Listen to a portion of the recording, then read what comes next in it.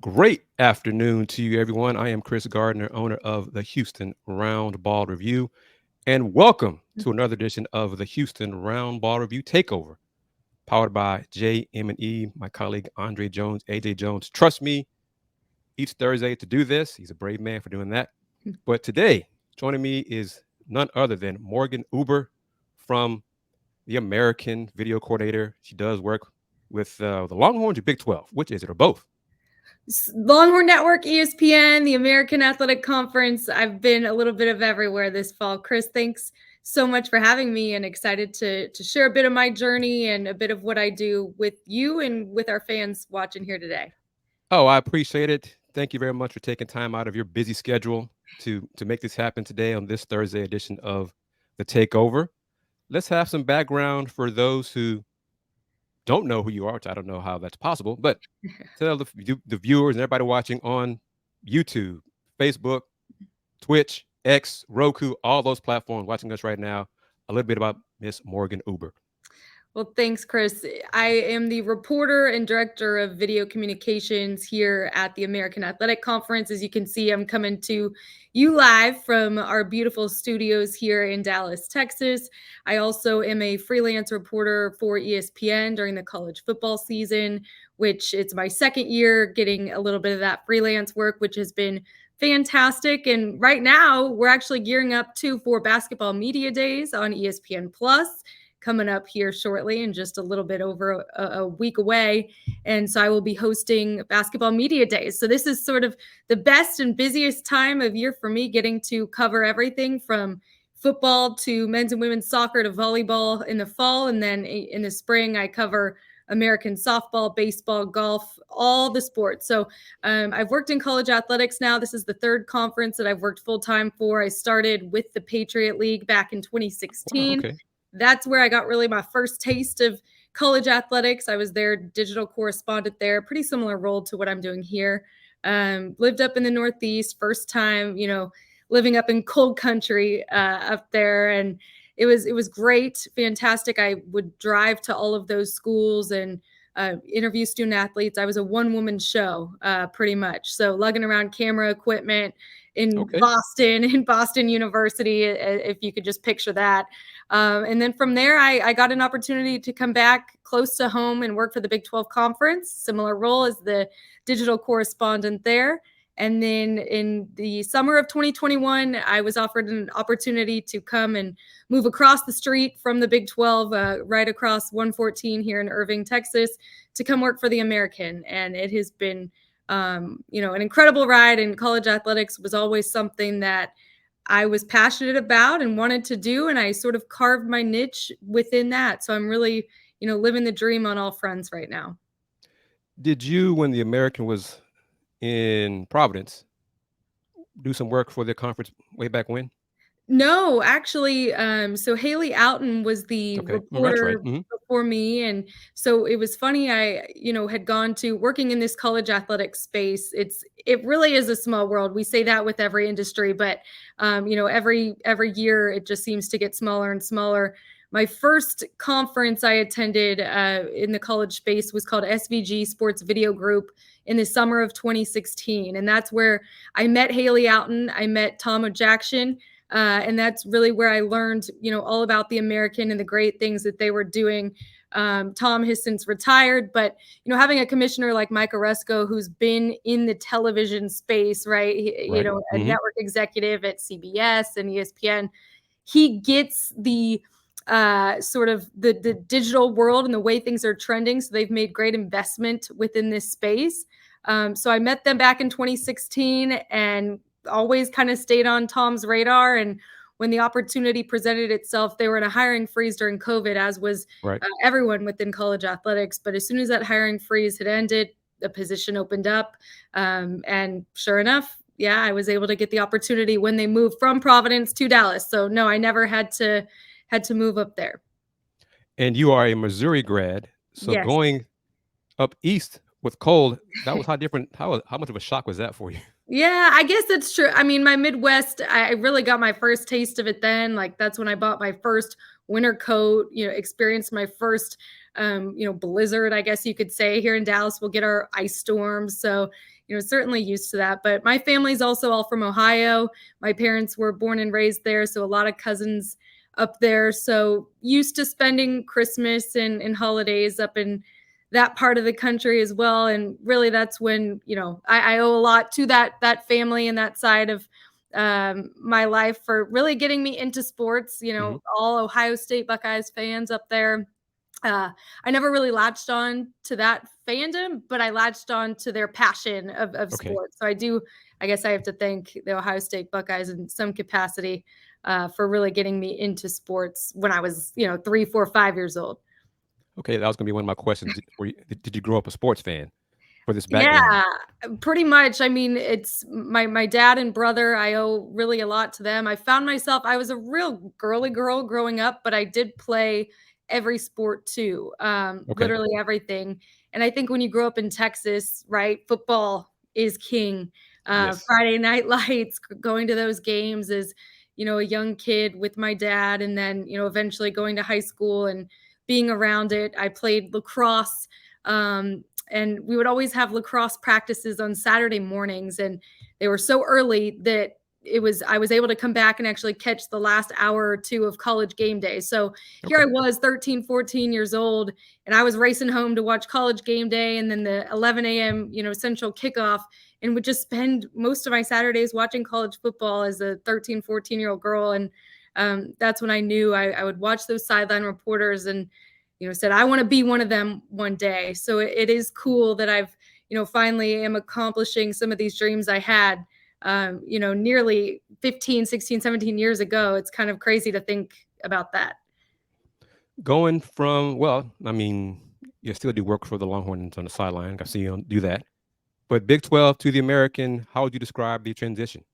Yeah, I mean, it was cool. So some of the things that I was doing at the Big 12, I brought here with me. It's almost every part of my journey. I've been able to carry, things I've learned from different people I've worked with. At the Big 12, certainly a lot more eyeballs, I guess you could say, on some of the things we were doing when you had Baylor win the national championship in men's basketball while I was there.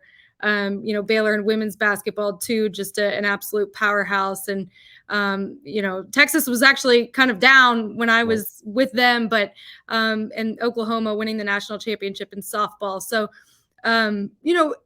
while there were definitely, more higher ranked teams, at the end of the day, what we're doing is still covering student athletes, covering the programs, covering the coaches. So not, much of what I do changes per se, maybe just the amount of views and likes that we get on social media. Maybe a little bit less here at the American, but really, the student athlete stories and the things they're doing off the field, getting to learn about them as people. It's the same no matter where I've been. The Patriot League, they were definitely, very studious, very prestigious universities. So it was always awesome to learn about, football players that were planning to go to medical school. I mean, you don't hear those types of stories. So certainly it's had its differences, no matter where I've been. But I do believe the American has almost become like this go-between of what my experience was at the Patriot League and what my experience was at the Big 12, sort of finding that middle ground and being able to tell some of these really neat stories. What have you learned from working with interviewing Commissioner Mike Aresco? Yeah, I mean, wow. I will say, like, the things that commissioners do that we don't realize, behind the scenes, all the different hats and jobs and things they do. It's so impressive. And Mike Aresco, I mean, definitely embodies, all of that. The biggest thing though I've learned from him is probably just the relationship piece, right? I remember my very first day starting here before I had even, gotten access to my computer or my email. I already had an email in my inbox directly from him, a very welcoming, well-written note, an incredible communicator, as everyone that knows him and has heard him speak or write, knows. And the relationship piece, I mean, it shows within our office, knowing the staff, having conversations. He'll pop in my office and just talk football on a Monday morning, some of the different things and results that we saw over the weekend, which is always fun. And but the relationships too with our schools and almost being able to take the emotion out of things, in terms of, he's very passionate, but we've obviously had a great deal of realignment and transformation that we've seen here in this conference over the past few years, and most recently now with SMU. But just being able to kind of handle all of that with poise and not let it's a business decision. It's not personal. And that's how these, schools see it. That's how he sees it. And he's just been extremely professional about the entire thing. So, yeah, so many things that I've learned, just getting to know him, and love whenever we get the chance to have him here in our studios. But, obviously have the hallway conversations with him in the office as well, which is great. And I've gotten to interview Commissioner Aresco and seen him and talked to him a few times at media days. He's passionate about the conference, professional. One thing you touched on, and he's said numerous times about the realignment, it's business. It's not personal. He understands the schools have to do what they believe is best for them. How has the realignment with schools coming in, leaving, has that impacted what you do for your job? Yeah, no, I mean, not at all. And I think, I've tried to sort of put that same hat on, right, that Commissioner Aresco has, and that, it's not personal, good for Houston, Cincinnati, UCF, moving over to the Big 12. And, if that's what's best for those, athletics programs and those universities, great for them. But we're really excited about the 6 new schools that we have here within the American. It's been, it was my first month on the job, maybe 4 or 5 weeks in at that point, when everything kind of was breaking and was announced that we were losing the 3 and bringing in the 6. And we were able to interview all the new athletic directors, all the new presidents that day, in September of 2021. And then, now that the day was finally here, I mean, the amount of work that our team put in this summer, I mean, normally our summer time, right, where you can kind of kick back, relax, take that PTO. But, I got to give a lot of credit to the team we have here at the American and the experience that we wanted to give these new fan bases. We put together some outstanding work on social media, and if you haven't seen it, I encourage anyone watching to go check it out to learn about these 6 new schools. We wanted to give our existing fan bases some things to learn about, to know about their new competition. And so we did these welcome videos that were sort of a passion project of mine and my colleague Matt Sizik.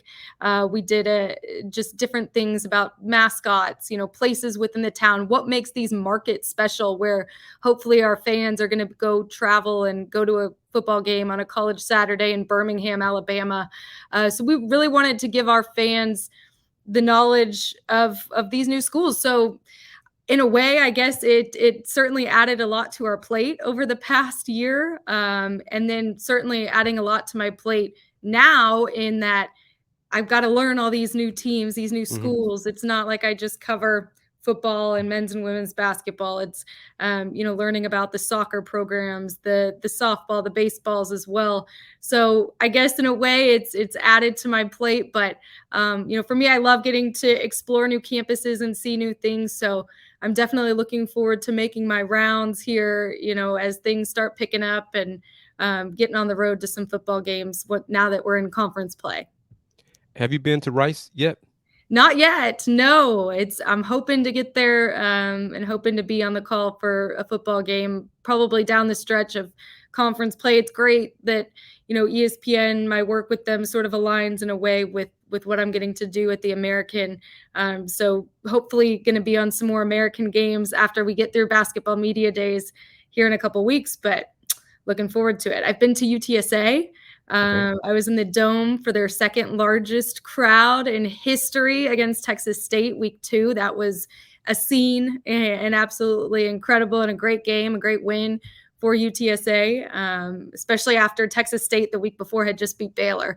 So that's the only new campus that I've been to so far, other than, of course, North Texas, which is right in my backyard. I've been up there and talked to some students and met with some faculty up there, but have not experienced a game up there yet. How do you prepare for when you do a sideline reporting assignment? What is your preparation like for those games? Yeah, man, there's so much more that goes into it, I think, than people realize. A lot of the times I like to watch the game, the games that those teams played the week before. Usually I'm out working a game on a Saturday, so I didn't get to watch those teams play in that game. So if I have time, usually on Sundays and Mondays, that's the first thing I do. And then a lot of it is reading, getting my hands on as much material early in the week as possible, to then help my conversations that I have later in the week with coaches and players. So usually we'll meet with the visiting team over Zoom on Wednesday or Thursday. We'll talk to a head coach, offensive and defensive coordinators. And then usually for games that I'm doing, I'll meet with the home team on Friday. So same thing, head coach, coordinators, and then sometimes they'll also bring in players. But as a reporter, I always want to bring things that are different than the booth, because the play-by-play and analysts are in on those Zooms and conversations with me. But what can I bring that's different? I developed the relationships with the SIDs, get to know them, and I request player phone calls usually early in the week and try to get those on Wednesday or Thursday. So I'm bringing unique stories to the broadcast. Hopefully, I always love shedding light on stories that people maybe haven't heard before about a particular player. So I'll come in with anywhere from 10 to 12 stories, but my goal is to sort of not use any of those. It's to be eyes and ears, and sort of sometimes it's being eyes and ears and reporting on a story that I'm seeing or hearing, and then taking part of what I've learned about that given player in the week, and incorporating that into my story, if that makes sense, so that it's still relevant. I never want to take away from the broadcast, the conversation that the play-by-play and analysts are having. So to integrate it seamlessly is something that I take a lot of pride in. And certainly it's, you watch, Molly McGrath, Laura Rutledge, Chris Budden, Holly Rowe, some of the best, and try to learn from them the weeks that I have off. But yeah, that's sort of the Spark Notes, I guess, version of my prep. You're leading me into another question, but first I want to acknowledge from some of the folks watching on YouTube, Miss Wanda Polk says good afternoon. She is a diehard Houston Cougar supporter, but she also supports the Houston Roundball Review. So I'm sure she's seen you the last few years when the Cougars were in the American. And Miss Donna Holman is a Texas Southern University. I want to say Miss Donna's an alum, but she watches this show as well. So she says hello also. And then a rock hard supporter, Tony M, is a supporter of all my live stream shows. So he says hi as well and salutes. So thank you to all of them for tuning in on YouTube and watching, whether you're watching on Facebook, Twitter, excuse me, X, Twitch, Roku. I'm speaking with Miss Morgan Uber from the American, the video coordinator, but also ESPN, silent reporter, a little bit of everything. But my question for you, you mentioned some of the names. Who are, I guess, for women's right now, but who are women you admire and look up to in the industry? Gosh, there's so many. I mean, yeah, I mentioned a few. Chris Budden has been, one that has certainly been a great mentor to me. She also went to the University of Missouri. She's also from Dallas. So we had so much in common. She's, 9-10 years older than me. So, she's someone that I pick her brain of often. Stormy Bonantoni is also another one that has become That's a great name. Yes. And if you don't, Stormy is a sideline reporter for ESPN. She also hosts on VSiN, doing some sports betting stuff in Las Vegas. And I really think, she has been sort of my saving grace over the past couple years, but really we met when she was back at the Mountain West working as a digital correspondent. I was at the Patriot League. And so ever since 2016, she's really helped mentor me along the way. She's just, a year or so older than me. But, those are two that I know personally that I owe a lot of success to. I think, another one that I don't know, but really, admire big time, Molly McGrath.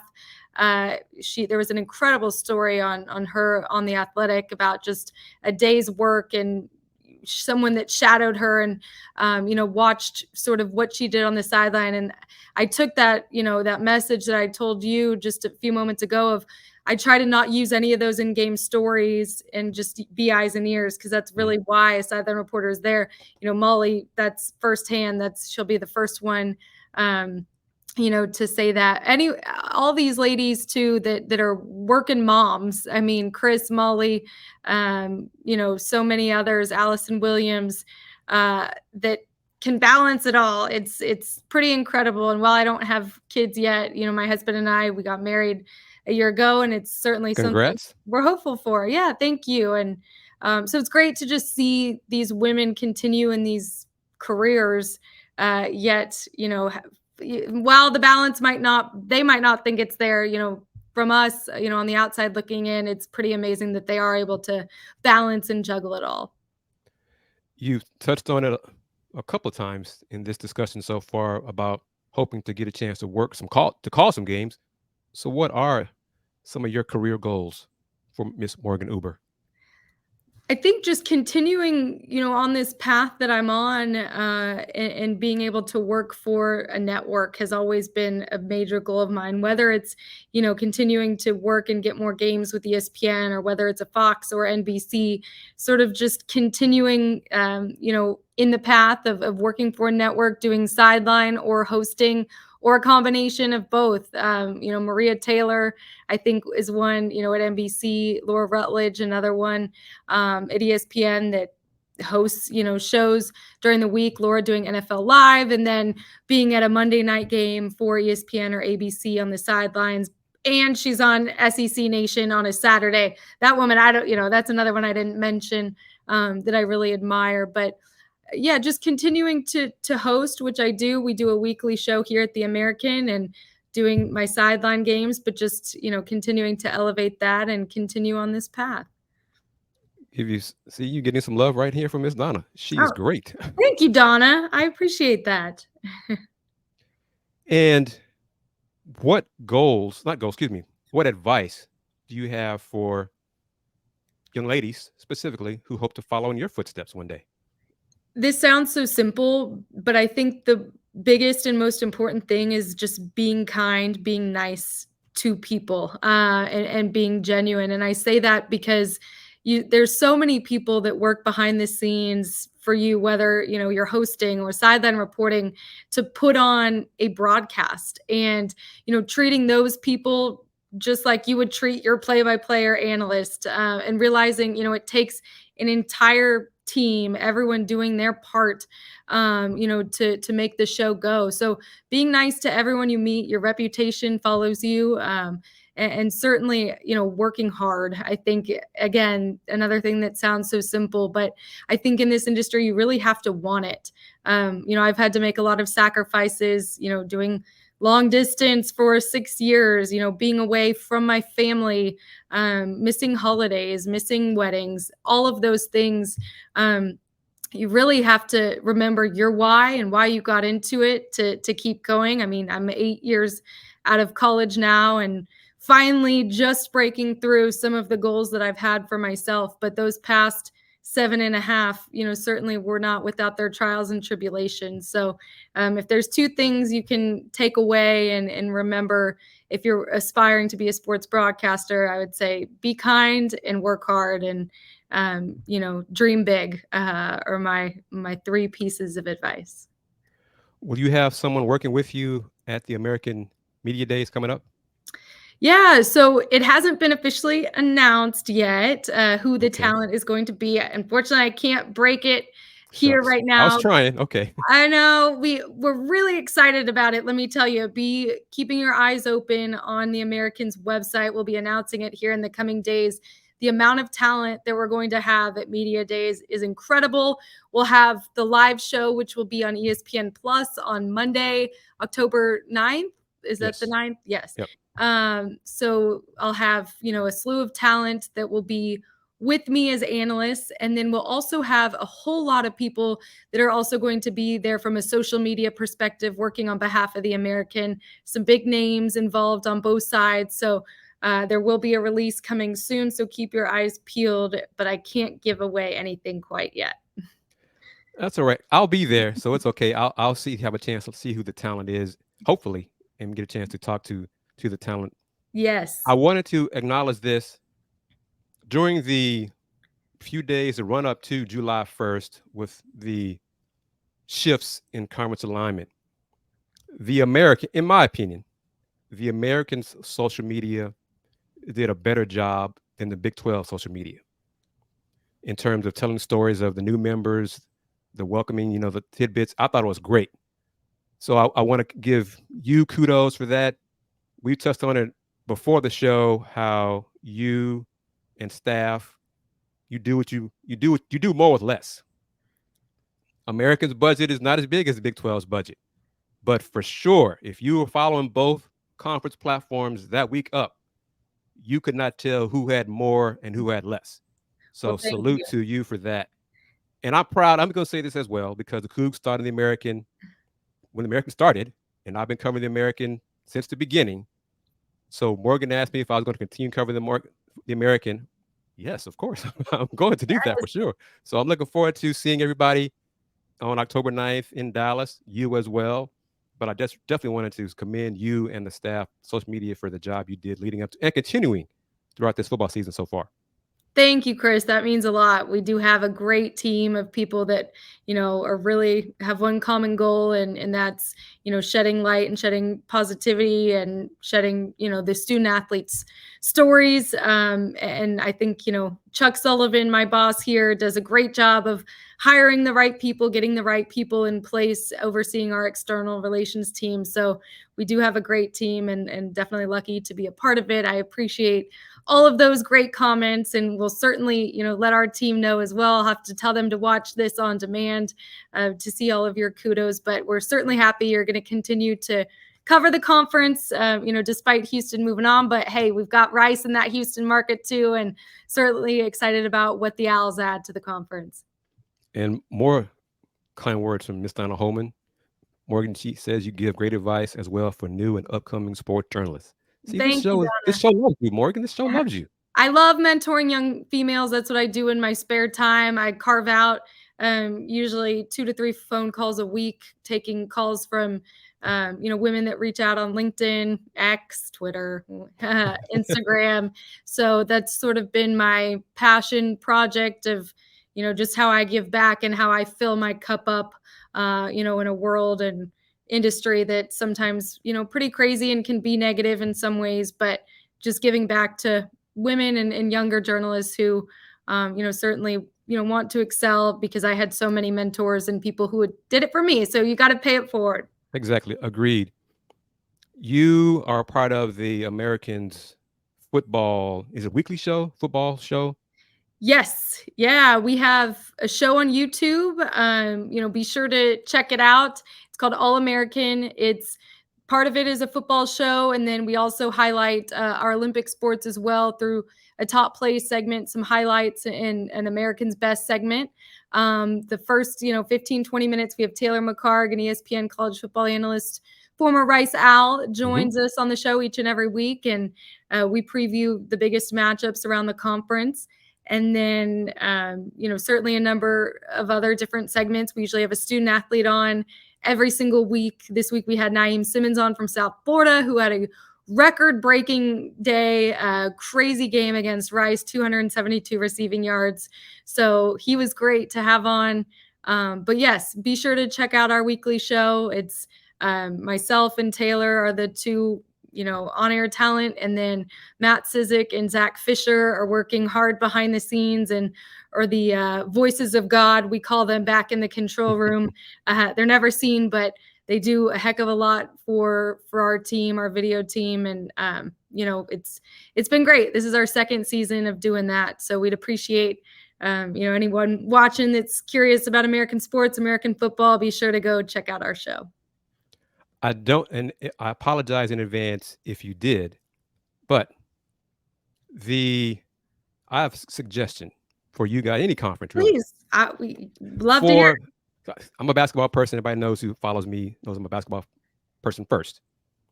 Is there a thought, plan, idea when the American announces their conference schedule to have like a show, like the NFL does a great job with their NFL release kind of thing, but just do the American highlight? You're obviously going to touch on everybody's in your member schools.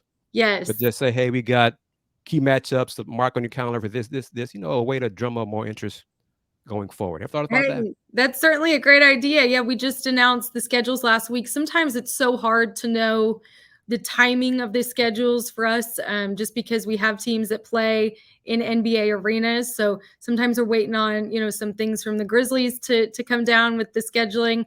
But we have a great group of people who work on that in the conference office. Our basketball commissioner and a number of other folks, Kari Black, who is our associate commissioner for broadcasting and TV, that's getting all the details in place. So yeah, we announced those last week. It's, I hate to say in the middle of the football season, again, our conversation with, just resources and where we put our time and energy with conference play ramping up for football, we shine the light on that instead of highlighting our schedule. But don't worry, basketball will have its time in the sun. For basketball media days, we're going to have some outstanding coverage. And then also once we get into the basketball season, we'll be, doing similar shows, having different analysts on to break down our teams. Obviously a lot of exciting teams coming into this conference with, FAU having their Final Four run that they did, bringing everything back that they did. And then our reigning champs, Memphis, on the men's side. And then East Carolina on the women's side, probably one of the most underrated stories in all of college basketball last year. A team that was picked preseason 11th, dead last, ends up winning our tournament. So, yeah, I will say, we didn't do anything with the scheduling from a TV video side of things, but those releases are out on our website if you want to check those out. And we'll certainly have plenty of basketball coverage once that season comes. And for hoop heads, let everyone know where the Americans Basketball Championship will take place to be held. Yeah, Dickies Arena. Once again, we will be back in Fort Worth, Texas. So definitely, it's a great environment. Chris, have you been out for our basketball championships? Yes. Okay. It's an incredible event. The Visit Fort Worth folks are great and work with us. And Fort Worth has a lot to offer. I am a Dallas native, so there is that rivalry and bias. But no, it's great and a lot of fun. A week-long event, and especially these 6 new schools too, and their fan bases. We hope that a lot of them come out with it being their first time to have the tournament. Here for them. And so definitely mark your calendars for Dickies Arena, Fort Worth, Texas in early March. All right, Morgan, it's my pleasure for you taking time to talk to me here on the Roundball Review Takeover. Thank you very much. And I will see you on October 9th in Dallas for Media Day.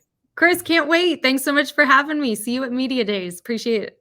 Morgan Uber for The American. Thank you very much. Take care. Thanks.